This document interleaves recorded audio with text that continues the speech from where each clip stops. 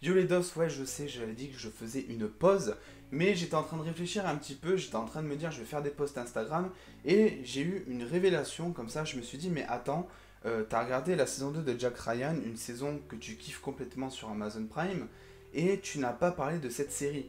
Et là il y avait un problème, je me suis dit bon, il faut que j'en parle, donc je vous en parle aujourd'hui, ça ne sera pas une critique, donc on va pas rentrer à fond dans les détails, mais j'ai surtout envie de vous donner mon ressenti sur ce qui m'a dérangé durant cette saison 2, parce que oui, il y a beaucoup de choses qui m'ont dérangé, et le point crucial qui m'a dérangé, c'est surtout qu'on ne retrouve pas le même personnage de la saison 2 à la saison 1. Jack Ryan n'est plus Jack Ryan, ce n'est plus le Jack Ryan que vous avez connu en saison 1.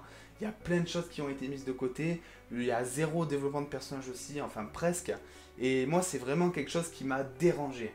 Par exemple, en saison 1, il y avait beaucoup d'intrigues, par exemple, autour de ses cicatrices au dos. On avait plein de questions à se poser là-dessus. On apprend au fur et à mesure que c'est par rapport à ce qui s'est passé lorsqu'il était sur le terrain, qu'il a eu des séquelles psychologiques, physiques, que ça l'a traumatisé et que dès qu'il entendait par exemple un ventilateur, il se voyait encore dans l'hélicoptère sur le terrain et que voilà, ça l'a vraiment marqué. Il y a eu aussi plein de passages dans la saison 1 où ils essayaient de développer une intrigue amoureuse autour du personnage. On avait cette relation qui avait l'air plutôt solide, qui pouvait vraiment bien continuer je trouve, avec cette infirmière, je ne sais pas si vous voyez, qui était fille d'un gars important, je ne sais plus non plus qui est le gars important, mais voilà, leur relation, moi je trouvais qu'elle fonctionnait super bien. En plus, elle était présente plusieurs fois durant la saison 1, donc on avait vraiment l'impression que ça allait être une relation qui allait continuer. Et en fait, je suis arrivé en saison 2, et déjà ce qu'il faut savoir, c'est que la saison 2 se passe, je crois, plusieurs mois, voire peut-être plusieurs années, mais ça je suis pas sûr, je ne sais plus, après la saison 1.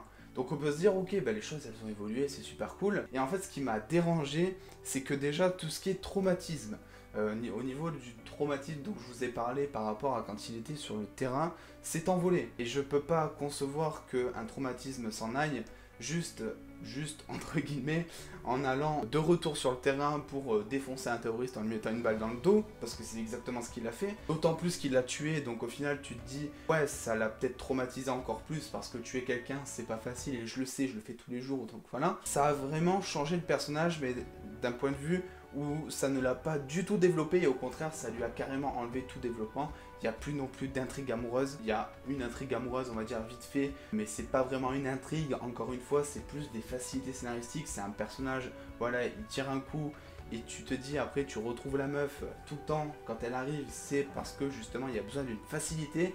Vous verrez qu'à chaque fois qu'elle apparaît, c'est à des moments où Jack Ryan est dans une mauvaise posture, où il a besoin d'aide, il peut pas appeler à l'aide, et boum, d'un coup elle apparaît, elle règle tout, et Jack Ryan il peut se casser, et il peut aller continuer sa lutte contre le terrorisme, c'est un petit peu ça qui se passe, hein, vraiment. Pour moi, voilà, je veux bien croire qu'ils aient changé un petit peu de fusil d'épaule, parce qu'ici, dans cette saison 2, on va beaucoup plus parler de politique, et on va beaucoup moins voir d'action, comme c'était le cas en saison 1, avec tous les calages qui tiraient dans tous les sens, tout le suspense, tout le drame qu'il y avait. Là, on s'inquiète beaucoup moins pour le personnage principal, d'une part parce qu'il est moins développé, parce qu'on n'a pas l'impression qu'il ait une vie à côté de la CIA, contrairement à la saison 1 où il avait clairement une vie, il faisait du sport, il rencontrait des filles, il allait au resto, des choses comme ça, c'était des petites choses mais qui étaient montrées au départ, qui nous permettaient justement de nous accrocher au personnage. Là le souci c'est que tu peux très bien voir la saison 2 sans avoir vu la saison 1 puisque le personnage est totalement différent je trouve. Là c'est pas, le mec n'a aucune vie quoi, c'est le mec n'a aucune vie, c'est un no-life de la CIA, oui maintenant ça existe, j'ai inventé le no-life de la CIA. Et du coup, pour le côté politique, je trouve qu'ils se sont plutôt bien débrouillés, même si ça reprend toujours un petit peu les mêmes principes, à savoir l'extrême droite contre la gauche, en gros, même si là c'est beaucoup plus tyrannique, c'est beaucoup plus exagéré, heureusement d'ailleurs, parce que sinon, il y aurait de quoi s'inquiéter quand on irait voter. Et puis voilà, j'avais vraiment envie de donner mon ressenti par rapport à ça, de faire le point aussi concernant YouTube. Sachez que cette vidéo n'a pas été écrite, que c'est la deuxième fois avec la critique du Joker que je n'écris pas une vidéo. Tout simplement parce que ça me saoule, et c'est ça aussi qui m'a fait prendre une pause par rapport à YouTube, c'est que ça me saoule à chaque fois d'allumer la caméra, de poser mon script ici que vous ne voyez pas évidemment, de lire on va dire pas phrase par phrase mais presque le script, et de couper à chaque moment où je lis pour pas que vous voyez, c'est pas naturel, moi ça me plaît pas du tout. Alors peut-être que ça rend bien pour vous, mais moi je m'amuse pas à le faire. Donc on va changer complètement de fusil d'épaule, je sais pas quand la prochaine vidéo sortira, j'en ai aucune idée. Mais bientôt, sachez que j'y réfléchis, je réfléchis peut-être à incorporer des petites nouveautés, des choses comme ça. En tout cas, ce qui est sûr, c'est que je ne veux plus écrire les vidéos à l'avance, en tout cas mot par mot, parce que pour faire une critique, je vais être obligé de prendre des notes, c'est sûr, sinon ça va être le bordel complet. Mais voilà, histoire de faire le point, je voulais faire cette petite vidéo en passant par Jack Ryan saison 2, dispo sur Amazon Prime du coup. La saison 2 qui reste bien, attention, hein, que j'ai apprécié quand même à regarder, mais qui reste bien inférieure à la saison 1, j'ai trouvé. C'est majoritairement souvent le cas aussi pour d'autres séries.